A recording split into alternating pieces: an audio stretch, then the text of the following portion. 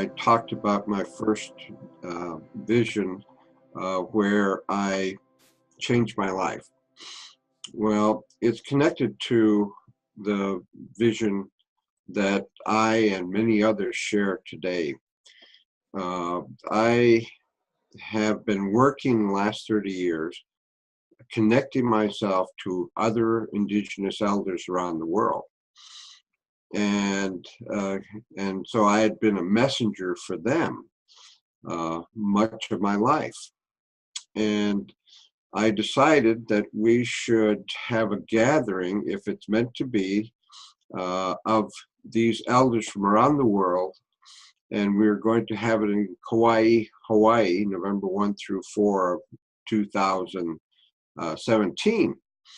So we conducted that gathering where we conducted ceremony first thing in the morning each day, and then discussed things about what is the state of the world as each of the elders see now, and what do they feel we need to do now.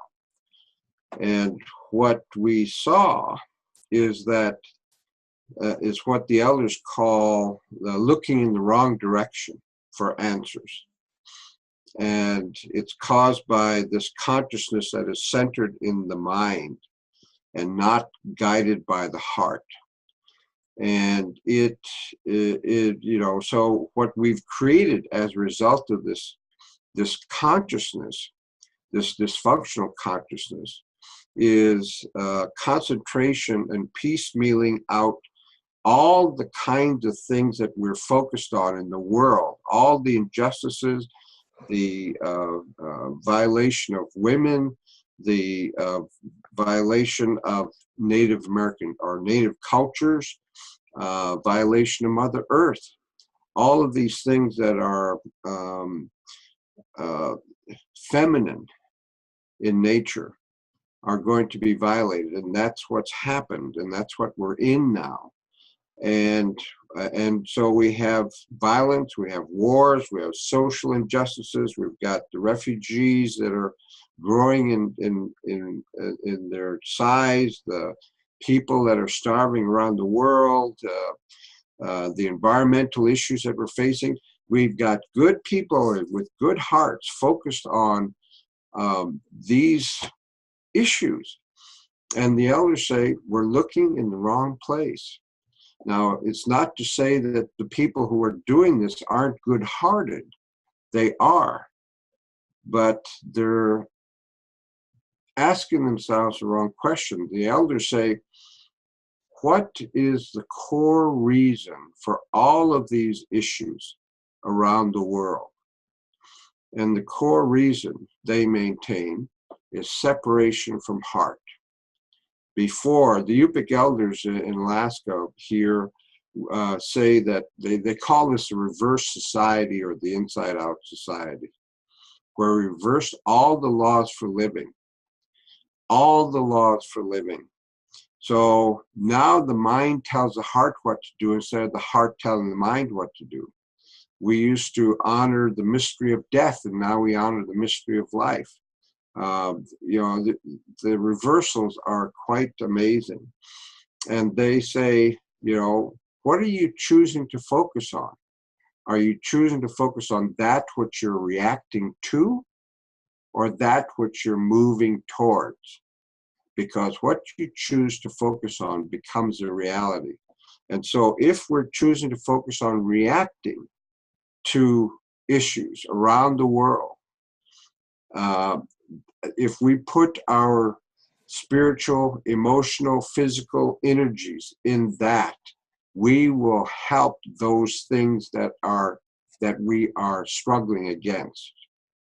And it's going to be worse. And so, sure enough, things are getting worse, not better. Despite all just take environmental organization, good-hearted people focused on these issues around the world. There are probably tens of thousands more environmental organizations today than there were 30 years ago, but yet the life support systems for the human species is coming to the edge, and no one is asking why. What is it that we as environmental organizations are doing that's not getting it? And why are things getting worse all over the place, right? Economically, socially, politically, environmentally? And the reason is that we are putting our energies into that and not into what we dream of, not in reaction to something else. We just, okay, yeah, certainly there are certain issues we have to stand up against, but do not invest your emotional, spiritual, and physical energies in that. Instead, invest it in what you want to see. And that is going to require going into the heart. And it's not going to be an easy job.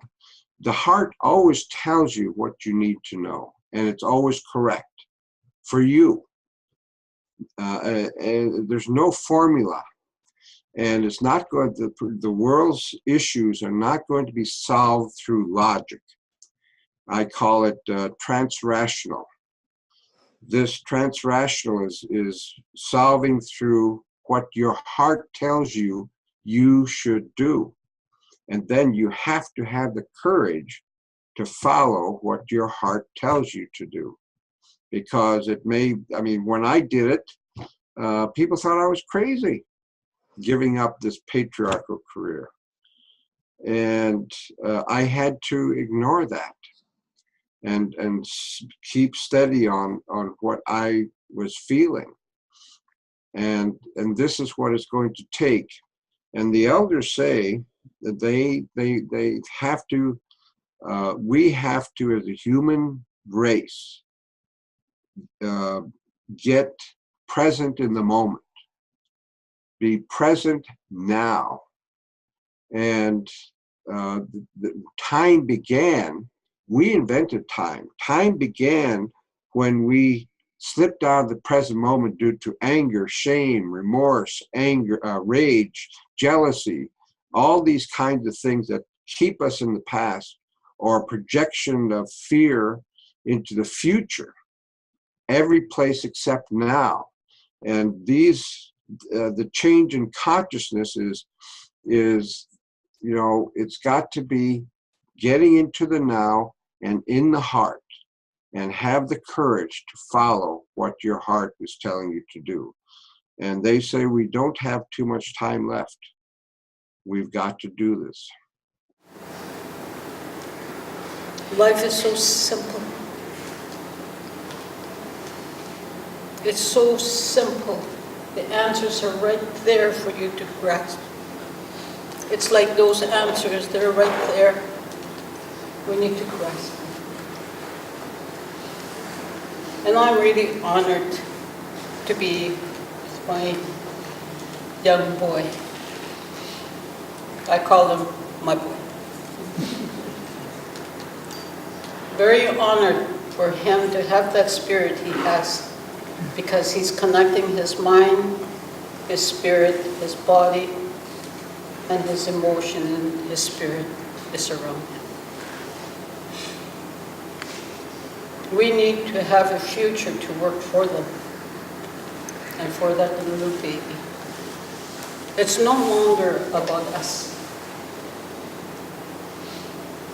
We need to take away us, me, myself, and I, and bury that. Put a prayer over top of it and feed it, and put it away. We believe if we walk on this earth in balance, there's nothing is going to take away what we believe in. When we walk on that balance, if we went off a little bit, we know we can put ourselves back here.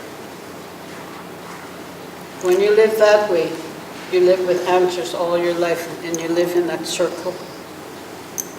We owe a debt of gratitude to Mother Earth, the water.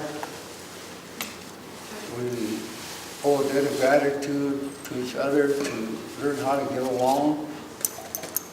Let's fight the good fight. Each one of you will go tell 10 people.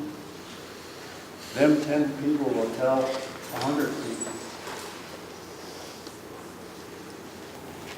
We are responsible. We took too long to make that break. That's our ancestors and our people here, and all our elders all over that are teachers have been very patient. We have been patient for a long time. As we see the development, I see the changes happen probably less than 50 years where we are today. Our people say it's going to take us another 100 years to refix everything because we don't work together.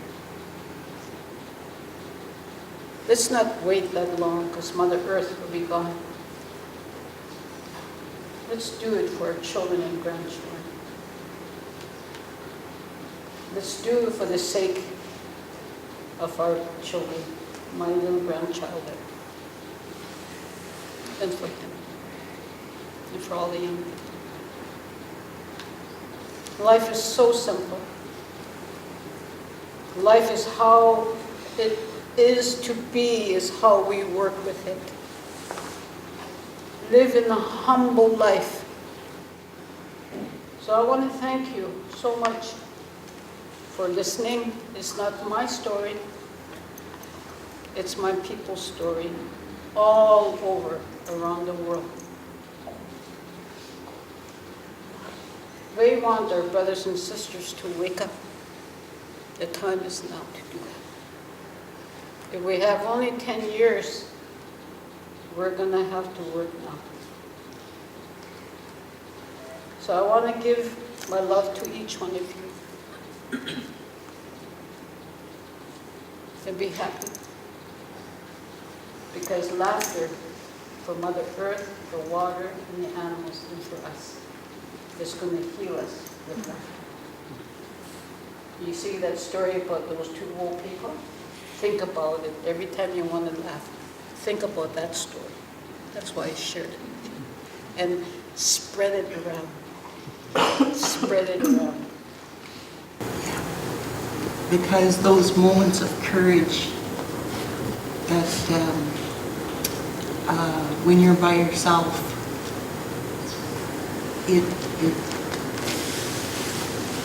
it's harder, it's so much harder until you know that you're not alone, that there are other people, that there are other things supporting, noticing, working with you, those forces. And I hope if people take away some of the teachings from this weekend, bring them to bear in their own lives, on their own journeys, how they can make positive change for themselves and for their children and future generations. We're all working, and always remember that you're not alone, that we're all doing it in different places, and just not to forget. Don't forget us. I came in with a pretty heavy heart, and I feel like my heart, it's lighter, it's fuller, and I live in gratitude. It's my practice, and every day, every single day, I find 5 things to be grateful for. And water. I was just so many days, the thing that I'm thankful for is water in some form. So I'm gonna go home and put up my glass. Thank you for that. Thank you for the sharing. I have a 2-year-old great-granddaughter. Thank you. Because I like to see her grow. I just want to say thank you to everyone for welcoming our baby as your baby. And yeah, just for being the community that we want to raise her in.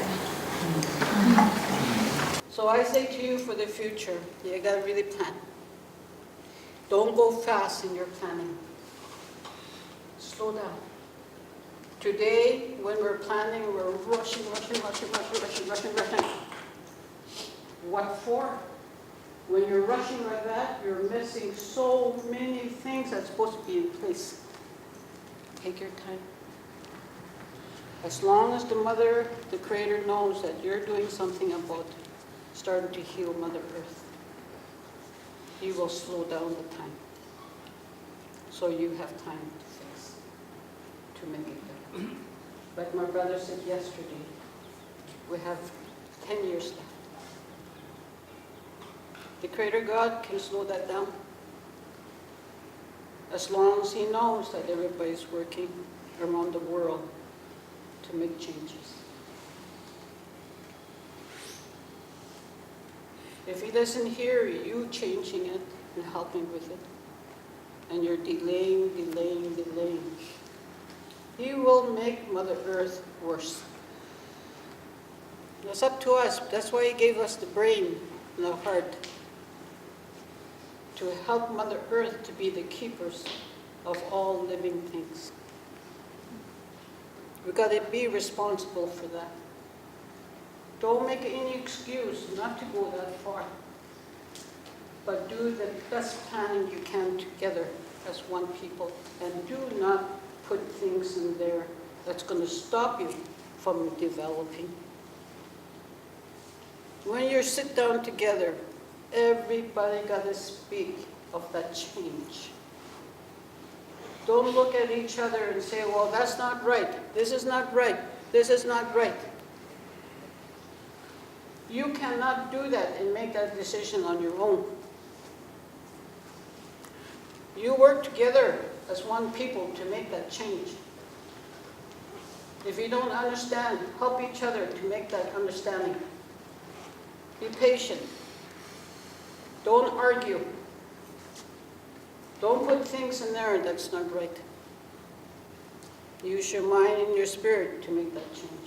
Then find solutions to all that problem. Make it the best you can with that solution. And then you can make a plan of action. And make that plan of action, it's going to move. Because all brothers and sisters will do the same thing. Because we as elders are going to make sure that it's going to move. We travel all over the world to do this work. It's really important after you finish your work and you see the new changes happening on Mother Earth because of your prayers and your love. And also, when you accomplish something, that's when you celebrate at the end. Thank you. Reconfirmed my commitment for unleashing the holistic learning environment to remember the indigenous wisdom and to help the people who talk about being to remember how to get to that heart space from what I've learned this weekend. I'm eternally grateful. Thank you.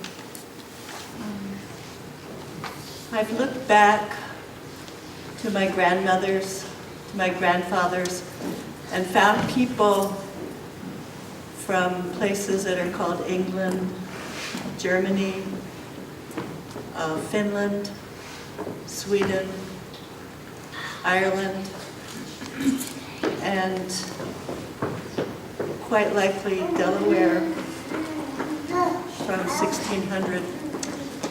And I found people and stories of people who loved and were intelligent, and when everything was taken into account, did the very best that they could.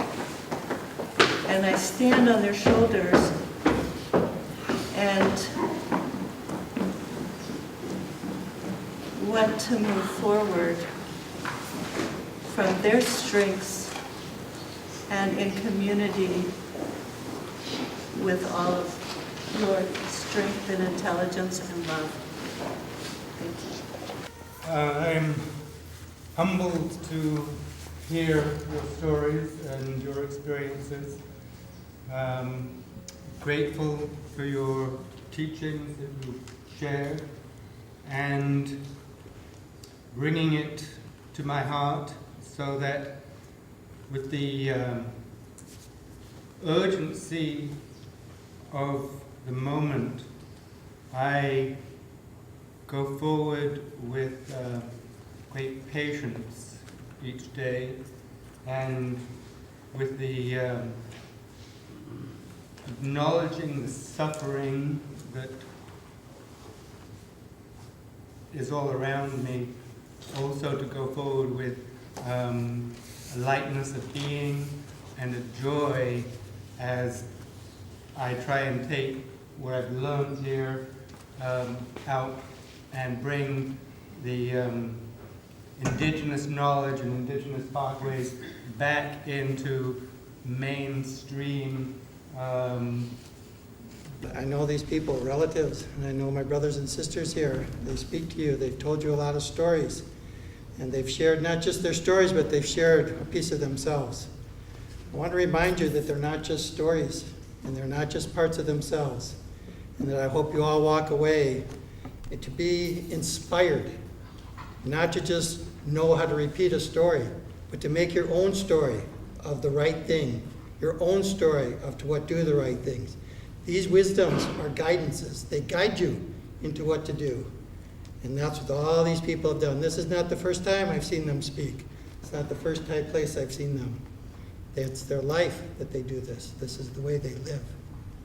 Remember, you can live in an inspiring way also. Aho, Takuya.